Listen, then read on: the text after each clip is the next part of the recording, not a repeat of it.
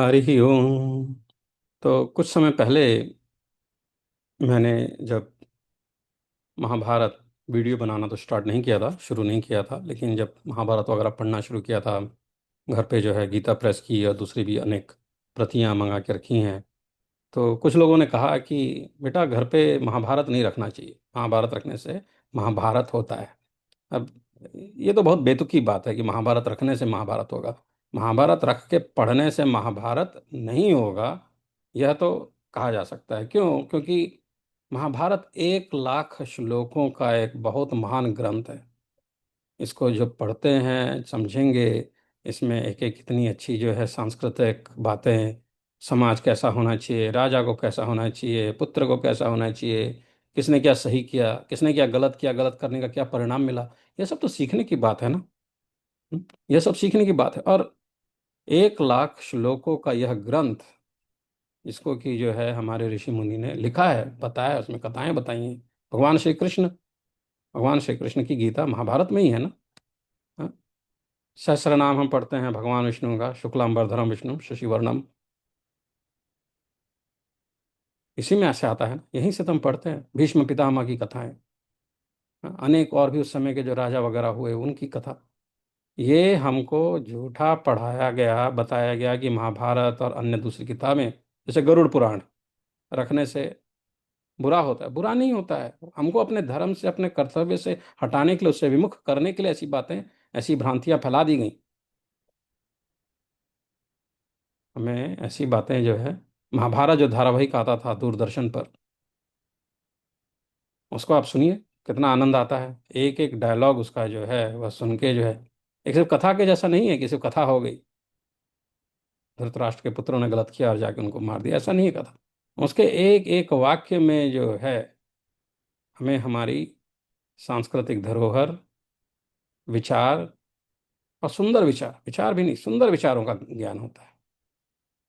हम्म? अगर द्रौपदी के साथ गलत नहीं करते तो महाभारत होती? होती नहीं होती।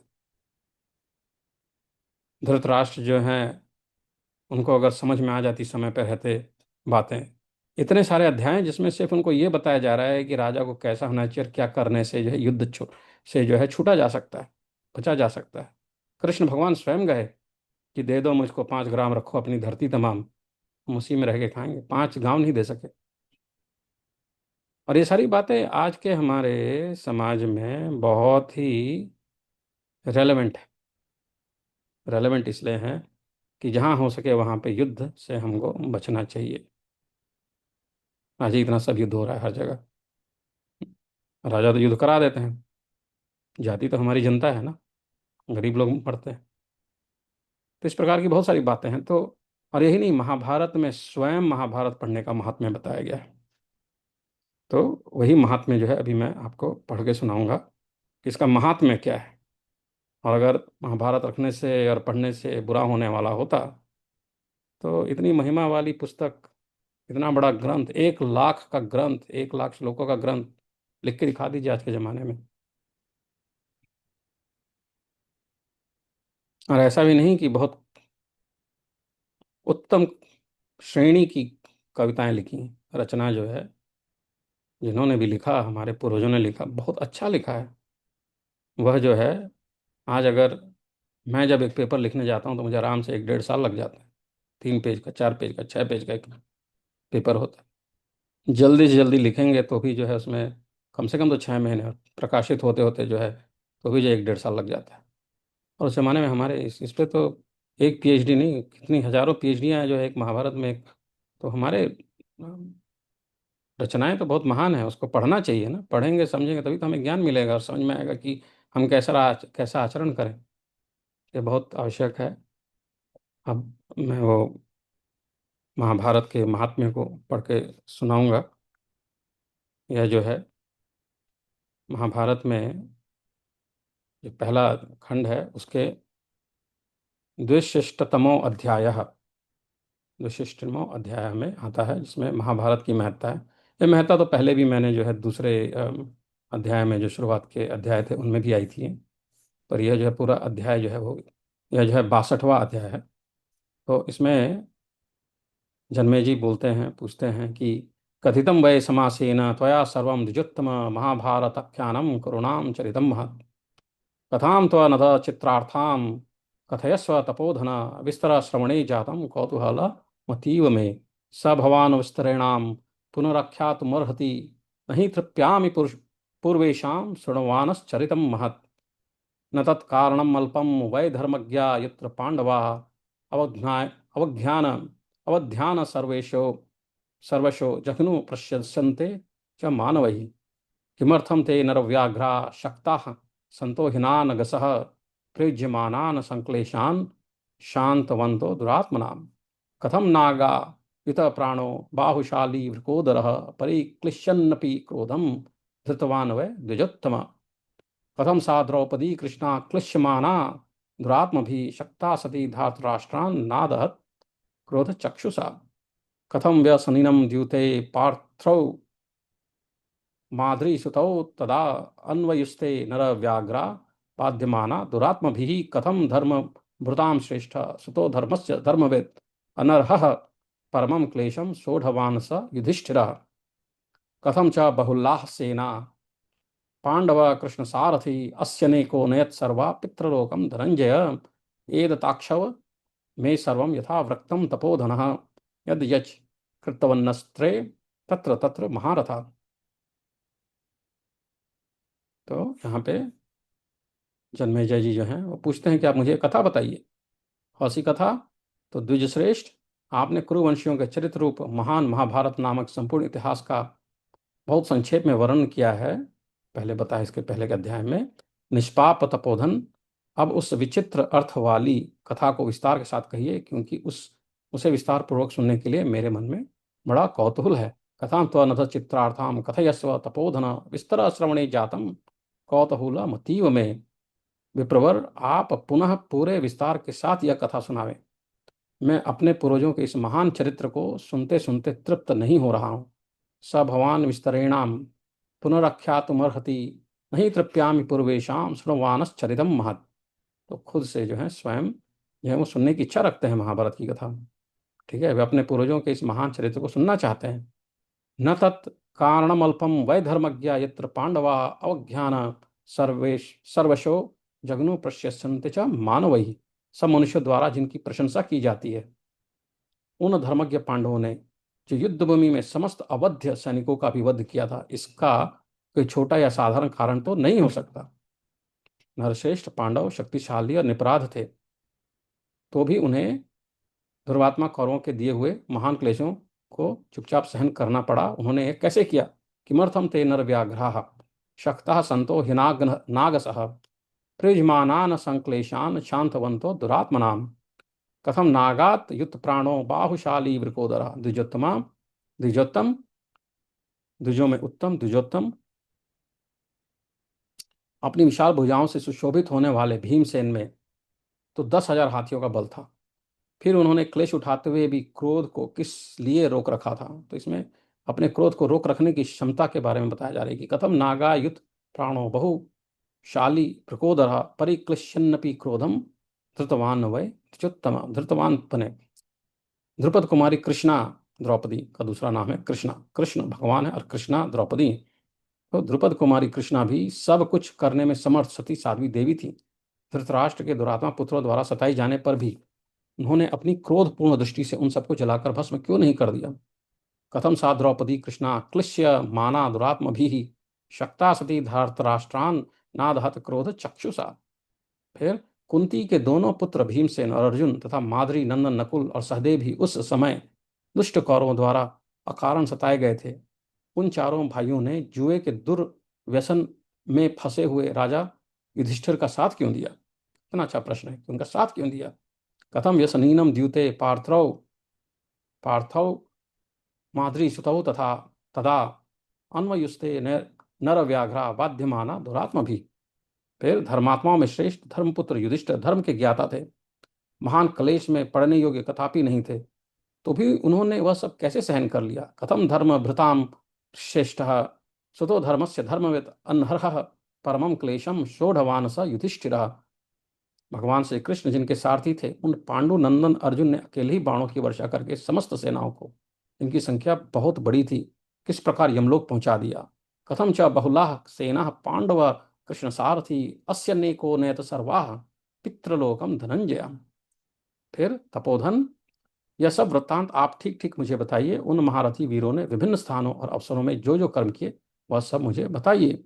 एतदाक्षक्ष्व में सर्वम यथा वृत्तम तपोधन यदि यच्च कृतवन्तस्ते तत्र तत्र महारथः। ये कथा मुझे बताइए। तो फिर इस पे वैशंपायन जी जो हैं बताते हैं, क्या बताते हैं कि महाराज इसके लिए कुछ समय नियत कीजिए, क्योंकि इस पवित्र आख्यान का श्री व्यास जी के द्वारा जो क्रमानुसार वर्णन किया गया है वह बहुत विस्तृत है, और वह सब आपके समक्ष कहकर सुनाना है। तो 1,00,000 श्लोकों की कथा है, सुनाने में समय तो लगेगा, तो इसके लिए वो समय मांग रहे हैं। क्षणम कुरु महाराजा विपुलोयम अनुक्रम पुण्याख्यानस्य वक्तव्य कृष्णदेवपाय निहृतः। सर्वलोक पूजित अमित तेजस्वी महामना ऋषि व्यास जी के संपूर्ण मत का यहाँ वर्णन करूंगा। फिर बताते हैं उनका पूरा वर्णन करूंगा, उनके जो मत थे। महर्षेः सर्वलोकेषु पूजितस्य महात्मनः प्रवक्ष्यामि मतम कृत्स्नम व्यासस्यामित तेजसः। असीम प्रभावशाली सत्यवती नंदन व्यास जी ने पुण्यात्मा पांडवों की यह कथा 1,00,000 श्लोक में कही है।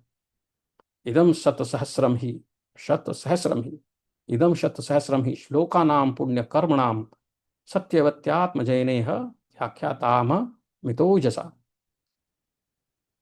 जो विद्वान इस आख्यान को सुनाता है और जो मनुष्य सुनते हैं वे ब्रह्मलोक में जाकर देवताओं के समान हो जाते हैं। तो जो सुनाता है वो भी ब्रह्मलोक में जाता है, और जो मनुष्य सुनते हैं वो भी मनुष्य ब्रह्मलोक में जाते हैं। तो अगर इसका जो है आध्यात्मिक प्रभाव, अच्छा प्रभाव, सुंदर प्रभाव माने, तो यह है कि भाई आप सुनेंगे, पढ़ेंगे और हम सुनाएंगे तो हमें ब्रह्मलोक में जाने का अवसर प्राप्त होगा। यह इदम श्रावयेद विद्वान ये छेदम शृणुयर्नराः ते ब्रह्मणा स्थान नमेत्य प्राप्नुयुर्दु व तुल्यताम। यह इदम श्रावयेद विद्वान ये चेदम शृणुयर्नराः ते ब्रह्मणा स्थानमेत्य प्राप्नुयुर्देव तुल्यताम। यह ऋषियों द्वारा प्रशंसित पुरातन इतिहास श्रवण करने योग्य सब ग्रंथों में श्रेष्ठ है। फिर बता रहे हैं कि जितने ग्रंथ उन सब में श्रेष्ठ है। यह वेदों के समान ही पवित्र तथा उत्तम है, और इसको वेदों के समान पवित्र और उत्तम बताया जा रहा है महाभारत को। इदम ही वेदैः समितम पवित्रमपि चोक्तमम श्राव्याणामुत्तमम चेदम पुराणम ऋषि संस्तुतम। इसमें अर्थ और धर्म का भी पूर्ण रूप से उपदेश दिया जाता है। इस परम पावन इतिहास से मोक्ष बुद्धि प्राप्त होती है। जिनका स्वभाव अथवा विचार खोटा नहीं है, जो दानशील, सत्यवादी और आस्तिक हैं, ऐसे लोगों को व्यास द्वारा विरचित वेद स्वरूप इस महाभारत का जो श्रवण कराता है वह विद्वान अभिष्ट अर्थ को प्राप्त कर लेता है। वाह। अस्मिन्नर्थश्च धर्मश्च निखिले नो पदुष्यते इतिहासे महापुण्ये बुद्धिश्च परिनैष्ठिकी। अक्षुद्राना दानशीलांश सत्यशीलान नास्तिकान कार्ष्णम वेदमिमं विद्वाक्श्राव्य त्वार्थ मश्नुते। फिर आगे बताते हैं कि भ्रूण हत्या कृतं चापि पापं जह्याद संशयम् इतिहासमिमं श्रुत्वा पुरुषोऽपि सुदारुणः मुच्यते सर्वपापेभ्यो राहुणा चंद्रमा यथा जियो नामेतिहासोऽयं श्रोतव्यो विजिगीषुणा। साथ ही वह भ्रूण हत्या जैसे पापों को भी नष्ट कर देता है, इसमें संशय नहीं है। इस इतिहास को श्रवण करके अत्यंत क्रूर मनुष्य भी राहु से छूटे हुए चंद्रमा की भांति सब पापों से मुक्त हो जाता है। यह जय नामक इतिहास विजय की इच्छा वाले पुरुषों को अवश्य सुनना चाहिए, और आप अगर विजय की इच्छा रखते हैं तो आपको यह बिल्कुल सुनना चाहिए। भ्रूण हत्या कृतं चापि पापम जह्याद संशयम् इतिहासमिमं श्रुत्वा पुरुषोऽपि सुदारुणः मुच्यते सर्व पापेभ्यो। सारे पापों से छूट जाता है कौन? राहुणा चंद्रमा यथा जया नाम इतिहासोऽयं श्रोतव्यो विजिगीषुणा। आगे बताते हैं, महिम विजयते राजा शत्रुंश्चापि पराजयेत् इदं पुंस वनम श्रेष्ठम मिदम स्वस्त्य यनम महत्। इसका श्रवण करने वाला राजा भूमि पर विजय पाता है और सब शत्रुओं को परास्त कर देता है। यह पुत्र की प्राप्ति कराने वाला और महान मंगलकारी श्रेष्ठ स्थान है, श्रेष्ठ साधन है। युवराज तथा रानी को बारंबार इसका श्रवण करते रहना चाहिए। इससे वह वीर पुत्र अथवा राज सिंहासन पर बैठने वाली कन्या को जन्म देती है। वाह। महिषी युवराज्याभ्याम श्रोतव्यम बहुशस्ते शस्तथा वीरम जनेते पुत्रम कन्याम व राज्य भागिनीम। अमित मेधावी व्यास जी ने इससे पुण्यमय धर्मशास्त्र, उत्तम अर्थशास्त्र तथा सर्वोत्तम मोक्ष शास्त्र भी कहा है। इसे पुण्यमय धर्मशास्त्र, उत्तम अर्थशास्त्र और सर्वोत्तम मोक्ष शास्त्र भी कहा गया है।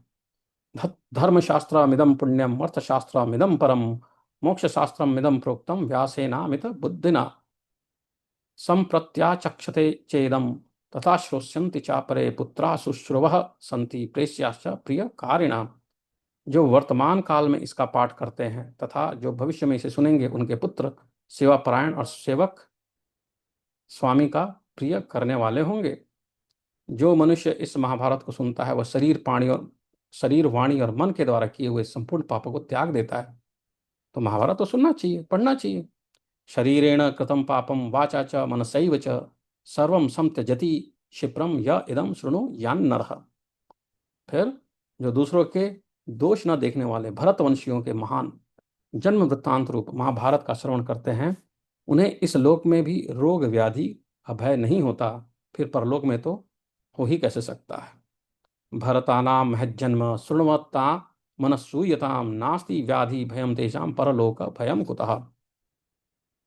लोक में जिनके महान कर्म विख्यात हैं, जो संपूर्ण विद्याओं के द्वारा ज्ञान द्वारा उद्भासित होते थे और जिनके धन एवं तेज महान थे, ऐसे महामना पांडवों तथा अन्य क्षत्रियों की उज्जवल कीर्ति को लोक में फैलाने वाले और पुण्य कर्म के इच्छुक श्री कृष्ण द्वैपायन वेदव्यास ने इस पुण्यमय महाभारत ग्रंथ का निर्माण किया है। यह धन यश आयु पुण्य तथा स्वर्ग की प्राप्ति कराने वाला है। जो मानव इस लोक में पुण्य के लिए पवित्र ब्राह्मणों को इस परम पुण्यमय ग्रंथ का श्रवण कराता है, सुनाता है, उसे शाश्वत धर्म की प्राप्ति होती है। जो सदा कौरवों के इस विख्यात वंश का कीर्तन करता है वह पवित्र हो जाता है। वाह। धन्यम यशस्य युष्यम पुण्यम स्वर्ग्यम तथैव च कृष्णद्वैपायनेदं कृतं पुण्य चिकीर्षुणा कीर्तिं प्रथयता लोके पांडवानां महात्मनां अन्येषां क्षत्रियाणां च भूरि द्रविण तेजसां सर्वविद्यावदातानां लोके प्रतितकर्मणां य इदं मानवो लोके पुण्यार्थे ब्राह्मणाक्षुचीन् श्रावयेत महापुण्यम तस्य धर्मः सनातनः करुणां प्रस्थितं वंशं कीर्तयन् सततं शुचिः। आगे वंशमाप्नोति विपुलं लोके पूज्यतमो भवेत् योधिते भरतं भारतं पुण्यं ब्राह्मणो नियतव्रतः चतुरो वर्षिकान् मासान् सर्वपापैः प्रमुच्यते विज्ञेयः स च वेदानां पारगो भारतं पठन्। इसके सिवा उसे विपुल वंश की प्राप्ति होती है और वह लोक में अत्यंत पूजनीय होता है। जो ब्राह्मण नियम पूर्वक ब्रह्मचर्य व्रत का पालन करते हुए वर्षा के 4 महीने तक निरंतर इस पुण्यप्रद महाभारत का पाठ करता है, वह सब पापों से मुक्त हो जाता है। जो महाभारत का पाठ करता है उसे संपूर्ण वेदों का पारंगत विद्वान जानना चाहिए। वाह। देवा राजर्षयो हृयात्र पुण्या ब्रह्मर्षयस्तथा कीर्तयन्ते धूत पाप मानः कीर्तयेते केशवस्तथा। इसमें देवताओं, राजर्षियों तथा पुण्यात्मा ब्रह्मर्षियों के जिन्होंने अपने सब पाप धो दिए हैं चरित्र का वर्णन किया गया है। इसके सिवा इस ग्रंथ में भगवान श्री कृष्ण की महिमा का भी कीर्तन किया जाता है। देवेश्वर भगवान शिव और देवी पार्वती का भी इसमें वर्णन है तथा अनेक माताओं से उत्पन्न होने वाले कार्तिकेय जी के जन्म का प्रसंग भी इसमें कहा गया है। भगवान चापि देवेशो यत्र देवी च कीर्तयते अनेक जननो यत्र कार्तिकेयस्य संभवः। ब्राह्मणों तथा गौओं का महात्म्य निरूपण भी इस ग्रंथ में किया गया है। इस प्रकार यह महाभारत संपूर्ण श्रुतियों का समूह है। धर्मात्मा पुरुषों को सदा इसका श्रवण करना चाहिए। ब्राह्मणानां गवां चैव महात्म्यम यत्र कीर्तयते सर्वश्रुति समूहयम श्रोतव्यो धर्म बुद्धि भी। जो विद्वान पर्व के दिन ब्राह्मणों को इसका श्रवण कराता है उसके सब पाप धुल जाते हैं और वह स्वर्गलोक को जीतकर सनातन ब्रह्म को प्राप्त कर लेता है। यह इदम श्रावयेद विद्वान ब्राह्मणानिह पर्वसु धूत पांपा जित स्वर्गो ब्रह्म गच्छति शाश्वतम। वाह। यस्तु राजा शृणोति इदम खिलो माश्नुते महीं प्रसूते गर्भिणी पुत्रम कन्या चाशु प्रदीयते मणिय सिद्ध यात्रा शिर वीरा विजय माप्नुयुः आस्तिकांक्षा वये नित्यम ब्राह्मणानन सूयकान वेद विद्या व्रत स्नातान क्षत्रियांश य मास्थितान स्वधर्म नित्यान वेश्यांश श्रावयेत छत्र संश्रितान। जो राजा इस महाभारत को सुनता है वह सारी पृथ्वी के राज्य का भोग उपभोग करता है। गर्भवती स्त्री इसका श्रवण करे तो वह पुत्र को जन्म देती है। कुमारी कन्या इसे सुने तो उसका शीघ्र विवाह हो जाता है। व्यापारी वैश्य यदि महाभारत श्रवण करें तो उनकी व्यापार के लिए की हुई यात्रा सफल होती है। शूरवीर सैनिक इसे सुनने से युद्ध में विजय पाते हैं। जो आस्तिक दोष दृष्टि रहित हों उन ब्राह्मणों को नित्य इसका श्रवण करना चाहिए, कराना चाहिए। वेद विद्याओं का अध्ययन एवं ब्रह्मचर्य व्रत पूर्ण करके जो स्नातक हो चुके हैं उन विजयी क्षत्रियों और क्षत्रियों के अधीन रहने वाले स्वधर्म परायण वैश्यों को भी महाभारत श्रवण करना चाहिए। अर्थात इसको सुनने से जो फायदा होता है, जो ज्ञान मिलता है, उनका अगर हम अपने जीवन में अनुपालन करेंगे तो हमें उससे बहुत फायदा होगा, ऐसा बताया जा रहा है। एषा धर्म पुरा दृष्टा सर्वधर्मेषु भारत ब्राह्मणाश्रवणम राजन विशेषेण विधीयते भूयो वा यः पठन् नित्यं स गच्छेत् परमां गतिं श्लोकं वाप्यनुगृह्णीत तदार्थ श्लोकमेव वा अपि पादं पठन् नित्यं न च निर्भारतो भवेत्। भारत सब धर्मों में यह महाभारत श्रवण रूप श्रेष्ठ धर्म पूर्व काल से ही देखा गया है। राजन, विशेषतः ब्राह्मण के मुख से इसे सुनने का विधान है। जो बारंबार अथवा प्रतिदिन इसका पाठ करता है वह परम गति को प्राप्त होता है। प्रतिदिन चाहे एक श्लोक या आधे श्लोक अथवा श्लोक के एक चरण का भी पाठ कर ले तो, किंतु महाभारत के अध्ययन से शून्य कभी नहीं रहना चाहिए। तो थोड़ा बहुत तो रोज पढ़ते रहना चाहिए।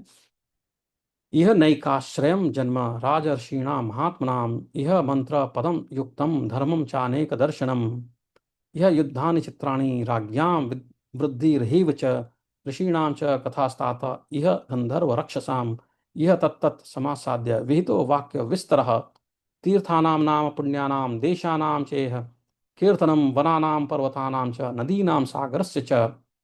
इस महाभारत में महात्मा राजर्षियों के विभिन्न प्रकार के जन्म वृत्तांतों का वर्णन है। इसमें मंत्र पदों का प्रयोग है। अनेक दृष्टि मतों के अनुसार धर्म के स्वरूप विवेचन किए गए हैं। इस ग्रंथ में विचित्र युद्धों का वर्णन तथा राजाओं के अभ्युदय की कथा है। तात इस महाभारत में ऋषियों तथा गंधर्वों एवं राक्षसों की भी कथाएं हैं। इसमें विभिन्न प्रसंगों को लेकर विस्तार पूर्वक वाक्य रचना की गई है। इसमें पुण्य तीर्थों, पवित्र देशों, वनों, पर्वतों, नदियों, समुद्र की भी महात्म्य का प्रतिपादन किया गया है। जिसे आगे आता है कि जो है जो तीर्थ किए जाते हैं, तो जो पांडवों के जो तीर्थ उन्होंने किए उन तीर्थ के बारे में बताया गया। और तीर्थ किस प्रकार किया जाता है ये बताया गया। टूरिज्म नहीं होता है तीर्थ। तीर्थ करने का भी एक तरीका है। और तरीका क्या है, किस तरीके से मन को बनाना है, किस तरीके से जीवन शैली रखनी है, और उस तरीके से भगवान मिले या ना मिले लेकिन हमको मानसिक स्थिति से, मानसिक रूप में जो है बहुत लाभ होता है उस प्रकार की जीवन शैली से, होना ही चाहिए। तो इसका ज्ञान होगा तभी ना वो कर पाएंगे। इस प्रकार की पुस्तकों, ये ऐसी ऐसे ग्रंथ, ऐसी पुस्तकें कहाँ मिलती हैं आजकल? दिखा दीजिए अंग्रेजी भाषा में। बहुत कम है, बहुत कम है। अब देखिए आगे बताते हैं। देशानां चैव पुण्यानां पुराणां चैव कीर्तनम् उपचारस्तथैवाग्रयो वीर्यम प्रतिमानुषम् यह सत्कार योगश्च भारते परमर्षिणा तथाश्ववारणेन्द्राणां कल्पना युद्ध कौशलम वाक्य जातिरनेका च सर्वमस्मिन् समर्पितम। पुण्य प्रदेशों तथा नगरों का भी वर्णन किया गया है। श्रेष्ठ उपचार और अलौकिक पराक्रम का भी वर्णन है। इस महाभारत में महर्षि व्यास ने सत्कार योग, स्वागत सत्कार करने की विविध प्रकार का भी निरूपण किया है कि किस प्रकार लोगों का स्वागत करना चाहिए, तथा रथ सेना, अश्व सेना, गज सेना की व्यूह रचना, लड़ाई कैसे की जाती थी, युद्ध कौशल का वर्णन किया है। इसमें अनेक शैली की वाक्य योजना, कथोपकथन का समावेश है, किस प्रकार से वाक्य रचना करनी है। सारांश यह है कि इस ग्रंथ में सभी विषयों का वर्णन, सारे विषय इस ग्रंथ में आपको पढ़ने को मिल जाएंगे। जो श्राद्ध करते समय अंत में ब्राह्मणों को महाभारत के श्लोक का एक चतुर्थांश भी सुना देता है, उसका किया हुआ वह श्राद्ध अक्षय होकर पितरों को अवश्य प्राप्त हो जाता है। श्रावयेद ब्राह्मणाश्राद्धे यश्चैमं पादमन्ततः अक्षय्यं तस्य तश्राद्ध मुपावर्तते पितृनिः। फिर अहना यदेन क्रियते इंद्रियैर्मन सापि वा ज्ञानादज्ञानतो वापि प्रकृति नरश्च यत् तन्महाभारताख्यानां श्रुत्वैव प्रविलीयते भरतानां महज्जन्म महाभारतमुच्यते।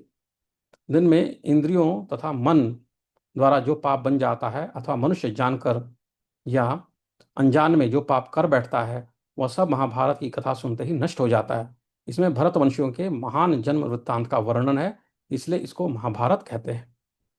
निरुक्तमस्य यो वेद सर्व पापैः प्रमुच्यते भरतानां यतश्च चाय मितिहासो महाद्भुतः महतो ह्येनसो मर्त्यान् मोचयेदनुकीर्तितः त्रिभिर्षेर्लब्धकामः कृष्णद्वैपायनो मुनिः नित्योत्थितः शुचिशक्तो महाभारतमादितः तपो नियमास्थाय कृतमेतन्महर्षिणा तस्मानियं संयुक्तैः श्रोतव्यं ब्राह्मणैरिदं कृष्ण प्रोक्तमिमां पुण्यां भारती मुक्तमां कथां श्रावयिष्यन्ति ये विप्रा ये च श्रोष्यन्ति मानवा सर्वथा वर्तमाना वै न ते शोच्या कथा कतैः। जो महाभारत नाम का यह निरुक्त व्यक्ति व्युत्पत्ति युक्त अर्थ जानता है, निरुक्त अर्थ जानता है, वह सब पापों से मुक्त हो जाता है। यह भरतवंशी क्षत्रियोों का महान और अद्भुत इतिहास है। अतः निरंतर पाठ करने पर मनुष्यों को बड़े से बड़े पापों से छुड़ा देता है। शक्तिशाली आप्तकाम मुनिवर शिष्य श्री कृष्ण द्वैपायन व्यास जी प्रतिदिन प्रातःकाल उठकर स्नान संध्या आदि से शुद्ध हो आदि से ही महाभारत की रचना करते थे। महर्षि ने तपस्या और नियम का आश्रय लेकर 3 वर्षों में इस ग्रंथ को पूरा किया। 3 वर्ष लगे थे उनको पूरा करने में। इसलिए ब्राह्मणों को भी नियम से स्थित होकर इस कथा का श्रवण करना चाहिए। जो ब्राह्मण श्री व्यास जी की कही हुई इस पुण्यदायिनी उत्तम भारतीय कथा का श्रवण कराएगा और जो मनुष्य इसे सुनेंगे वे सब प्रकार की चेष्टा करते हुए भी इस बात के लिए शोक करने योग्य नहीं है कि उन्होंने अमुक कर्म क्यों किया और अमुक कर्म क्यों नहीं किया। नरेण धर्म कामेन सर्वश्रोतव्य इत्यपि निखिलेनि इतिहासोयम तथा सिद्धि वापनीय। धर्म की इच्छा रखने वाले मनुष्य के द्वारा यह सारा महाभारत इतिहास पूर्ण रूप से श्रवण करने योग्य है। ऐसा करने से मनुष्य सिद्धि को प्राप्त कर लेता है। नताम स्वर्ग गतिम प्राप्य तुष्टिम प्राप्नोति मानव याम श्रुत्वैव महापुण्यम इतिहास मुपाश्नुते। इस महान पुण्यदायक इतिहास को सुनने मात्र से मनुष्य को जो संतोष प्राप्त होता है वह स्वर्गलोक प्राप्त कर लेने से भी नहीं मिलता। क्या बात है। अब सुनेंगे तब तो हमें पता चलेगा ना कि वो एक्सपीरियंस कैसा है, क्या सीखने को मिला। और श्रद्धा के साथ, श्रद्धावान लगते जाना। अच्छाई खोजेंगे इसमें तो अच्छाई दिखेगी, बुराई खोजेंगे तो बुराई देख के बोलेंगे इसमें ये बुराई है, इसमें ये बुराई है। जैसे कि दूसरे मत के लोग करते हैं, बुराई खोजते हैं और फिर हमें बताते हैं कि नहीं पढ़ना चाहिए। शृण्वंशाद्र पुण्यशील श्रावयश्चेदम शृण्वंशाद्र शृण्वक्श्राद्ध पुण्यशील श्रावयश्चेदुमद्भुतम नरफलमवाप्नोति राजसूयाश व मेधयो। जो पुण्यात्मा मनुष्य श्रद्धापूर्वक इस अद्भुत इतिहास को सुनता है और सुनाता है वह राजसूय तथा अश्वमेध यज्ञ का फल पाता है। यथा समुद्रो भगवान यथा मेरुर्महागिरि उभौ ख्यातौ रत्ननिधि तथा भारतमुच्यते। जैसे ऐश्वर्यपूर्ण समुद्र और महान पर्वत मेरु दोनों रत्नों की खान कही गई हैं, वैसे ही महाभारत रत्न स्वरूप कथाओं और उपदेशों का भंडार जाना जाता है, कहा जाता है। यथा समुद्रो भगवान यथा मेरुर् महागिरि उभौ ख्यातौ रत्ननिधि तथा भारूतमुच्यते। महाभारत को वैसा कहा जाता है। इदम ही वेदैः समितम पवित्रमपि चोक्तमं श्रव्यं सुखम चैव पावनम शील वर्धनम। यह महाभारत वेदों के समान पवित्र और उत्तम है। यह सुनने योग्य तो है ही, सुनते समय कानों को सुख देने वाला भी।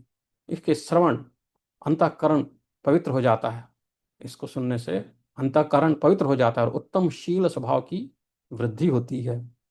यह इदम भारतम राजन वाचकाय प्रेक्षति तेन सर्वा मही दत्ता भवेत सागर में कला। राजन, जो वाचक को यह महाभारत दान करता है उसके द्वारा समुद्र से घिरी हुई समुद्र संपूर्ण पृथ्वी का दान संपन्न हो जाता है।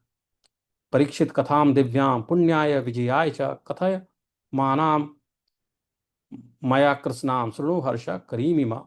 जन्मेजय, मेरे द्वारा कही गई इस आनंददायिनी दिव्य कथा को तुम पुण्य और विजय की प्राप्ति के लिए पूर्ण रूप से सुनो। ऐसा फिर उनको जो है बताते हैं और फिर कहते हैं प्रतिदिन प्रातःकाल उठकर इस ग्रंथ का निर्माण करने वाले महामुनि श्री कृष्ण द्वैपायन ने महाभारत नामक इस अद्भुत इतिहास को, इसे इतिहास कहा गया है, 3 वर्ष में पूर्ण किया है। त्रिभीर्वर्षैः सदुत्थायि कृष्णद्वैपायनो मुनिः महाभारतमाख्यानं कृतवानीदमद्भुतम्। भरत श्रेष्ठ, धर्म अर्थ काम और मोक्ष के संबंध में जो बात इस ग्रंथ में है वही अन्यत्र भी है, जो इसमें नहीं है वह कहीं भी नहीं है। धर्मे चार्थे च कामे च मोक्षे च भरतर्षभ यदि हस्ति तदन्यत्र यन्य हास्ति न तत्क्वचित्। तो इस प्रकार जो है यह अध्याय यहाँ पे खत्म होता है और इसमें जो है इसकी महाभारत को पढ़ने की जो है महत्ता बताते हैं। और पहले के वीडियो में भी बताया, पहले भी वीडियो में बताया कि जो महाभारत का पहला अध्याय है उसमें भी इसके महात्म्य का वर्णन है। कहते हैं कि आचख्यु कवय केचित संप्रत्याचक्षते परे आख्यास्यन्ति तथैवान्य इतिहासमिमं भुवि। 26वां श्लोक है। कहते हैं कि पृथ्वी पर इस इतिहास का अनेकों कवियों ने वर्णन किया है और इस समय भी बहुत से वर्णन करते हैं। इसी प्रकार अन्य कवि आगे भी इसका वर्णन करते रहेंगे और कहते हैं कि इस महाभारत की तीनों लोकों में एक महान ज्ञान के रूप में प्रतिष्ठा है। ब्राह्मण आदि द्विज आदि संक्षेप और विस्तार दोनों ही रूपों में अध्ययन और अध्यापन की परंपरा द्वारा इसे अपने हृदय में धारण करते हैं। तो इसको जो है पढ़ा जाता था पहले, इसके ज्ञान को जो है पाना बहुत आवश्यक है एक्चुअली। इदम तो त्रिषु लोकेषु महज्ञानम प्रतिष्ठितम विस्तरेश्च समासेश्च धार्यते यद द्विजा तिभिः। 27वां श्लोक। फिर आगे बताते हैं, अलम कृतम शुभे शब्दे समेर दिव्य मानुषै छंदो वृत्तेश्च विविधैर्न्वितम विदुषाम प्रियम। यह शुभ ललित एवं मंगलमय शब्द विन्यास से अलंकृत है और वैदिक लौकिक या संस्कृत प्राकृत संकेतों से सुशोभित है। अनुष्टुप इंद्रवजा आदि नाना प्रकार के छंद भी इसमें प्रयुक्त हैं, अतः यह ग्रंथ विद्वानों को भी बहुत प्रिय है। ऐसा जो है बता रहे हैं इस ग्रंथ के बारे में कि इतनी इतनी महान रचना है ये। तो बहुत महान ग्रंथ है और भगवान कृष्ण को याद करके और यहाँ पे आज विराम लेंगे। हरि ओम। ओम केशवाय नमः, नारायण नमः, माधवाय नमः, ऋषिकेशाय नमः, गोविंदाय नमः। कहते हैं ना कि अपवित्रः पवित्रो वा सर्वावस्थां गतोऽपि वः यः स्मरेत् पुंडरीकाक्षं स बाह्याभ्यन्तरः शुचिः। बाहर या अंदर हर जगह स्वच्छता आ जाती है अगर हम भगवान कृष्ण को, पुंडरीकाक्ष को याद करते हैं। उन्हीं को याद करते रहना चाहिए और महाभारत और हमारे जो दूसरे धर्म ग्रंथ हैं उनको समय निकाल कर अध्ययन करना चाहिए। इससे हमारे समाज का कल्याण ही होगा, इसमें कोई दूसरा प्रश्न नहीं उठता है। हरि ओम। ओम नमः शिवाय।